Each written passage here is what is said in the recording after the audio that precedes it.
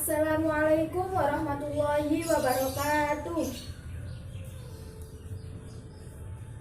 Selamat pagi anak-anak. Gimana kabarnya? Alhamdulillah. Baik, alhamdulillah kita hari ini bisa berjumpa lagi di mata pelajaran fikih. Sebelum Ibu memulai pembelajaran hari ini, Ibu akan mengabsen kalian terlebih dahulu. Kelas M ya.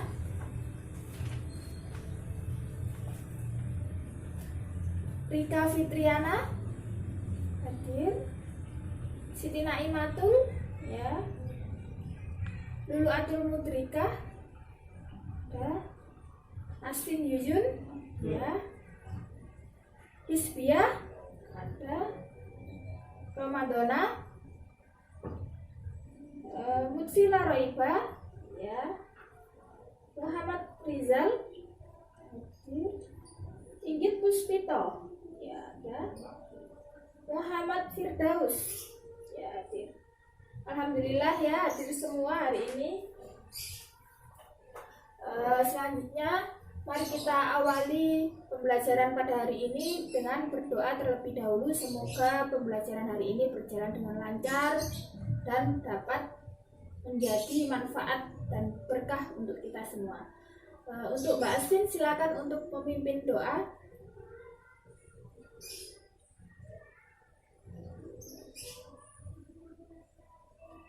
Oke. Sebelum masuk ke pembelajaran, Ibu akan menyampaikan tujuan dan manfaat kita belajar materi pada hari ini.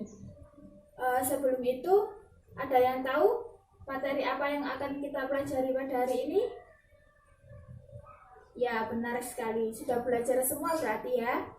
Oke. Jadi, materi hari ini yaitu menjaga kelangsungan hidup manusia dan lingkungan melalui pengenalan alat-alat bersuci. Tujuan pembelajaran pada materi kali ini yaitu agar kalian mampu menyebutkan pengertian dan dalil-dalil hukum bersuci. Yang kedua, kalian mampu membedakan antara bersuci dan membersihkan diri. Yang ketiga, kalian memahami jenis-jenis air berdasarkan pembagiannya beserta dengan hukum-hukumnya dalam bersuci. Yang keempat, kalian dapat menganalisis benda-benda selain air yang dapat digunakan untuk bersuci. Dan yang terakhir, kalian mampu menganalisis hikmah dalam penggunaan alat-alat bersuci. Selanjutnya yaitu manfaat dari pembelajaran hari ini, yaitu yang pertama, agar kalian mengetahui apa itu bersuci beserta dengan dasar-dasar hukumnya. Yang kedua, agar kalian dapat menerapkan kebiasaan hidup bersih dalam kehidupan sehari-hari.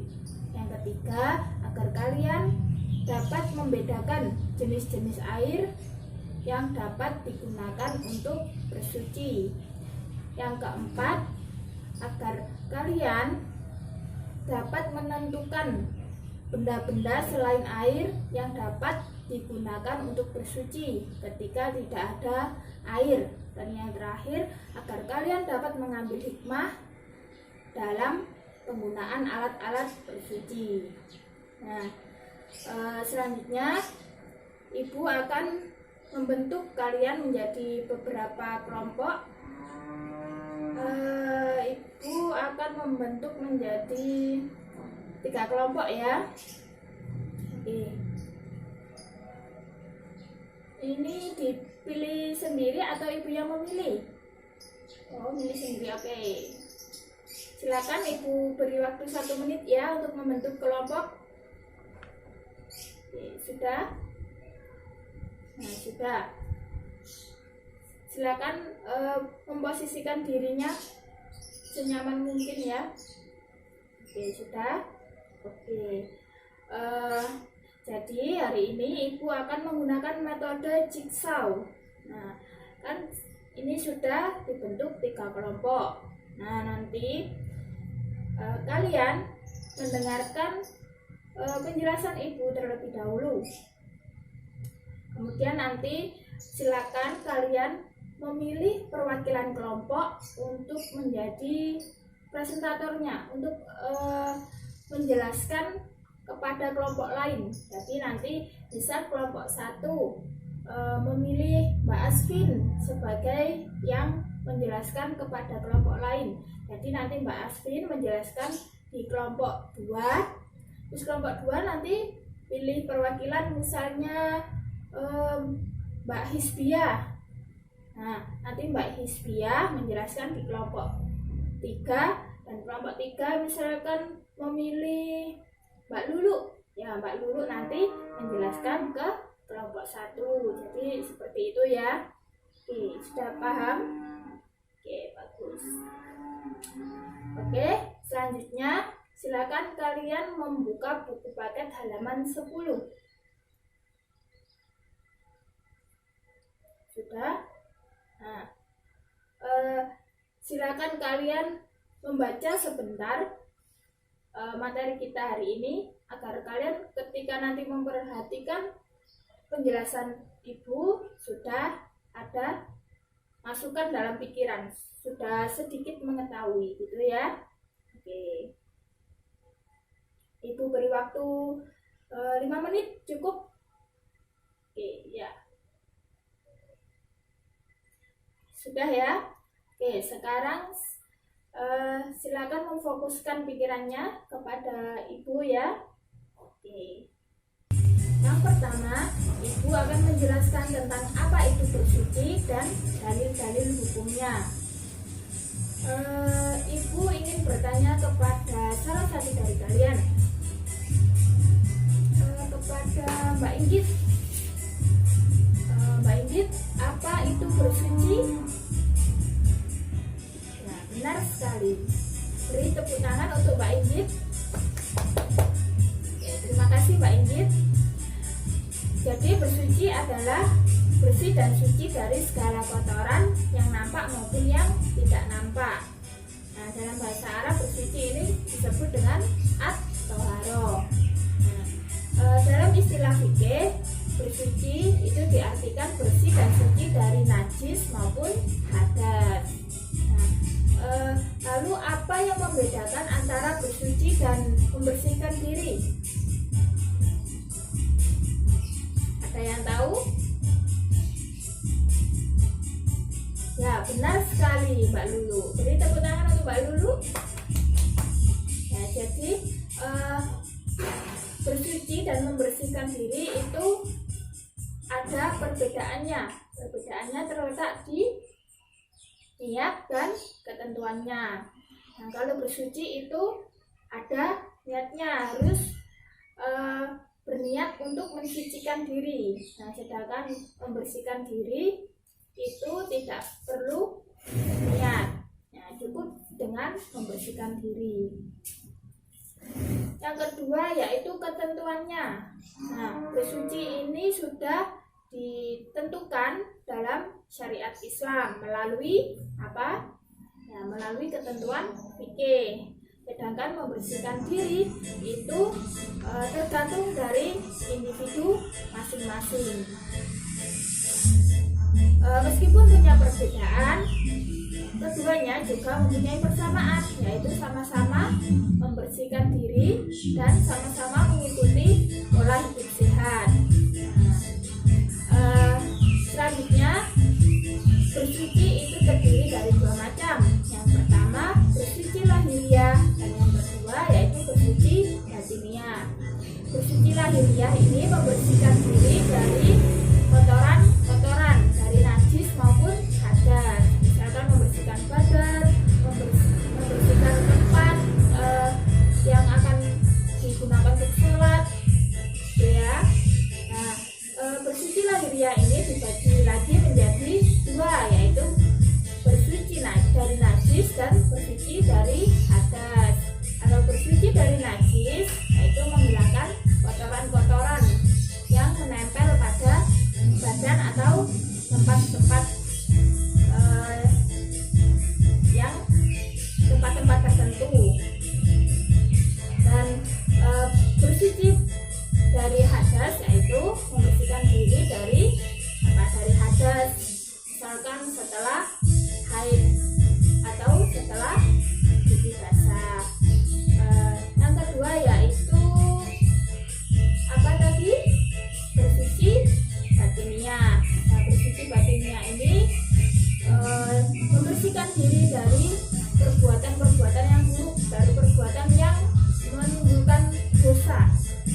apa misalnya? Ya, membersihkan diri dari perbuatan iri, dengki, hasut, dan lain-lain. Nah, dasar hukum dari bersuci yaitu terdapat dalam Al-Quran surah Al-Baqarah ayat 222 yang berbunyi Bismillahirrahmanirrahim. Innallaha yuhibbut tawwabina wa yuhibbul mutatahhirin. Yang artinya sungguh Allah menyukai orang-orang yang bertaubat dan orang-orang yang mensucikan diri. Nah, jadi itu adalah dasar-dasar hukum dari bersuci. Nah, dan menunjukkan bahwa Allah itu menyukai pola hidup bersih dan suci. Selanjutnya yaitu tentang air sebagai alat bersuci. Air itu adalah alat yang paling utama untuk digunakan bersuci. Nah, air ini dibagi menjadi beberapa macam. Yang pertama yaitu air suci dan mensucikan, atau yang disebut dengan air apa? Air mutlak. Nah, air mutlak ini terdiri dari 7 macam. Jadi air ini air yang suci dan bisa mensucikan. Yang pertama yaitu air hujan. Yang kedua air sumber atau air yang berasal dari mata air. Yang ketiga air laut. Yang keempat air sungai. Yang kelima air embun. Yang keenam air es. Dan yang ketujuh yaitu air sumur. Nah, itu ada 7 macam air mutlak. Air ini bisa digunakan untuk bersuci. Yang kedua yaitu air suci tetapi tidak mensucikan, atau yang disebut dengan air tohir ghairu mutahhir. Nah, air suci tetapi tidak mensucikan, airnya ini suci tapi tidak bisa untuk digunakan bersuci. Apa contohnya? Ya, air kelapa, air yang berasal dari pohon, itu ya. Nah, yang ketiga yaitu air mutanajis, air suci yang kejatuhan najis. Nah, airnya ini dalam ukuran sedikit. Dikatakan sedikit yaitu jika kurang dari 2 kula. Nah, misalkan ada air di ember, embernya cuma kecil, tidak sampai 2 kula, dan kejatuhan kotoran tikus atau kotoran ayam ya. Nah, itu sudah tidak bisa dipakai untuk bersuci. Nah, yang selanjutnya yaitu air musyamas, yaitu air yang ada dalam bejana, yang ada dalam logam atau besi dan terkena sinar matahari. Nah, ini tidak bisa digunakan untuk bersuci karena dapat merusak kulit kita, karena itu sudah terkena panas dan yang zat-zat yang ada dalam besinya itu bercampur dengan airnya. Yang kelima yaitu air mustakmalnya. Air ini yaitu air sedikit yang sudah digunakan untuk bersuci. Ini sudah tidak bisa digunakan untuk bersuci. Yang selanjutnya yaitu tentang alat yang dapat digunakan untuk bersuci selain air, yaitu apa?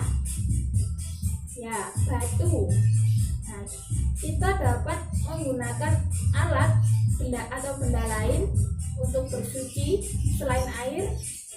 Nah, itu ketika sudah tidak ada air, kita sulit mendapatkan air. Nah, di sini kita bisa menggunakan batu.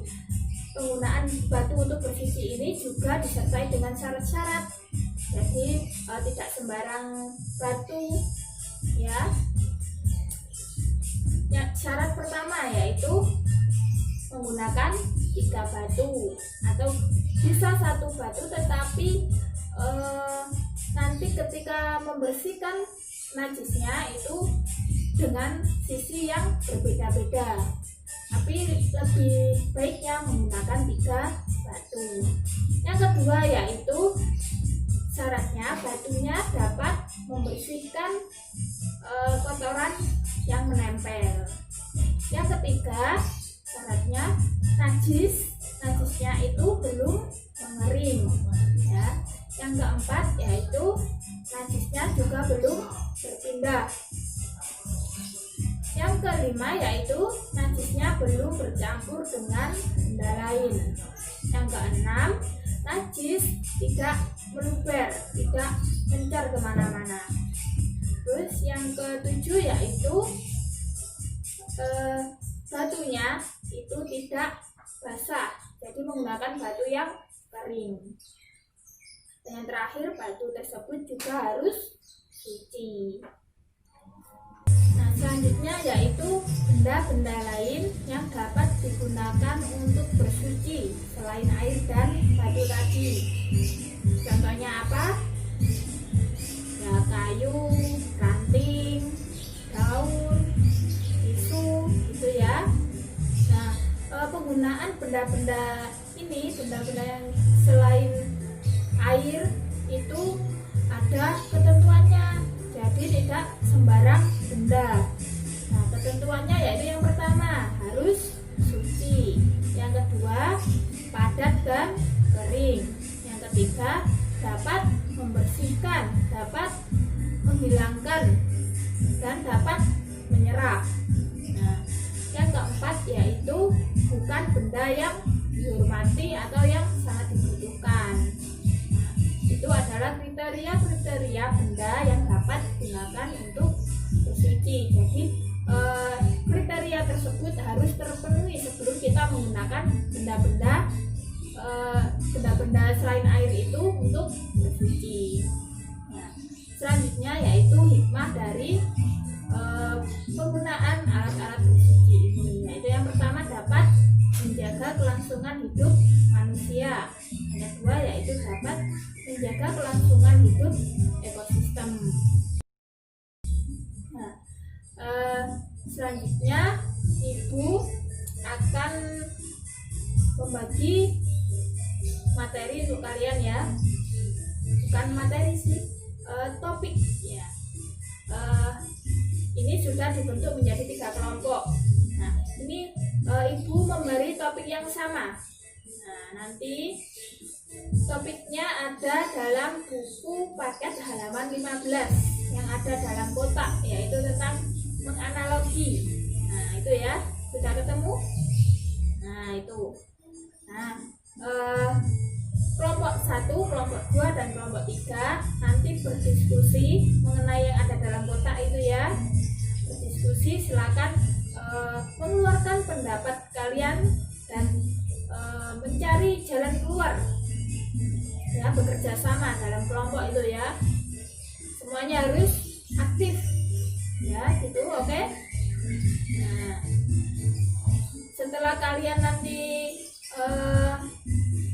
mendapat jawaban atau hasil dari pemikiran kelompok kalian masing-masing, nah nanti perwakilan kelompok silakan untuk bergilir. Jadi kelompok 1 ke kelompok 2 perwakilannya ya, itu menjelaskan tentang pemikirannya yang tentang topik yang ibu berikan tadi. Perwakilan kelompok 1 menjelaskan ke kelompok 2, perwakilan kelompok 2 menjelaskan ke kelompok 3, dan perwakilan kelompok 3 menjelaskan ke kelompok 1. Oke, ibu beri waktu 15 menit, cukup ya? Oke, sudah siap semua? Dari kelompok 1 memilih perwakilan siapa? Ya, Mas Rizal. Silakan diskusinya kepada kelompok 2. Yang kelompok 2 memilih perwakilan siapa? Oh, Mbak Histia.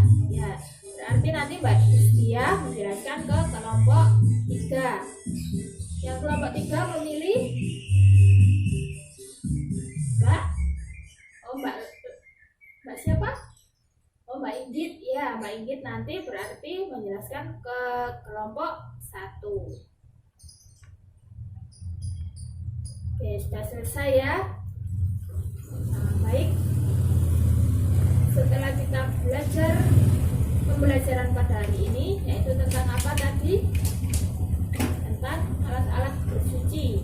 Nah, sekarang sebelum Ibu menyimpulkan, Ibu ingin perwakilan dari kelompok untuk menyimpulkan selain yang tadi menjadi perwakilan kelompok. Ya, untuk kelompok 1 silakan.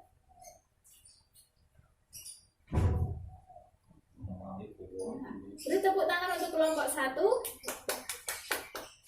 Nah, sekarang kelompok 2 silakan. Nah, beri tepuk tangan untuk kelompok 2. Nah, yang terakhir kelompok 3 silakan. Ya, terima kasih. Beri tepuk tangan untuk kelompok 3. Nah, untuk kita semua. Nah, jadi kesimpulan pembelajaran pada hari ini yaitu yang pertama, bersuci yaitu bersih dan suci dari kotoran atau istilah dalam fikih najis atau hadas. Yang kedua, air dibagi menjadi berapa? Menjadi 5, yaitu air mutlak, air mutanajis, air musyammas, air mustakmal, dan air tohir ghairu mutahhir. Benda yang dapat digunakan untuk bersuci yaitu air. Ya, air itu yang paling utama. Tapi bisa juga menggunakan benda lain dengan syarat-syarat tertentu. Misalkan menggunakan batu, tadi sudah ada syarat-syaratnya. Dan benda-benda lain seperti kayu, ranting, dan lain-lain. Dan tentu juga harus memenuhi syarat. Dan yang terakhir yaitu hikmah dari penggunaan alat bersuci ini. Yang pertama yaitu menjaga kelangsungan hidup manusia dan kelangsungan hidup ekosistem. Nah, untuk tugasnya silakan kalian membuat resum dari materi pembelajaran hari ini. Minggu depan dikumpulkan. Oke. Sudah tidak ada yang ditanyakan lagi. Nah, demikian yang dapat Ibu sampaikan hari ini. Apabila ada kurang lebihnya, Ibu mohon maaf yang sebesar-besarnya. Semoga bermanfaat. Mari kita akhiri dengan bacaan hamdalah. Alhamdulillahirabbil alamin. Akhirul kalam. Wassalamualaikum warahmatullahi wabarakatuh.